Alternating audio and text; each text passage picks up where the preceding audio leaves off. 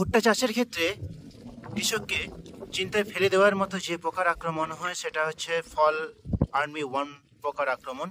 এখানে গাছের মূল লক্ষণ দেখা দেয়, গাছের পাতা সাদা হতে শুরু করে এবং হচ্ছে মূল যে গাছের কাণ্ড সেটাকে খেয়ে ফেলে। তো এই যে ভুট্টার ক্ষেত, এটা বেবিকর্ন, সেই বেবিকর্নে দেখতে পাচ্ছেন প্রতিটি গাছেই সেই পোকার আক্রমণ হয়েছে।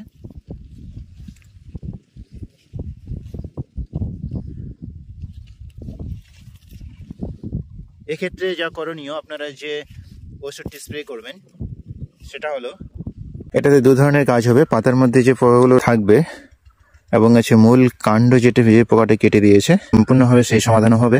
এই জন্য আপনারা ভেলিকটিন ব্যবহার করতে পারেন। কি পরিমাণ ব্যবহার করবেন? প্রতি 16 লিটার ট্যাঙ্কিতে আপনারা 8 গ্রাম করে ব্যবহার করবেন। এটা 50 গ্রামের একটা প্যাকেট।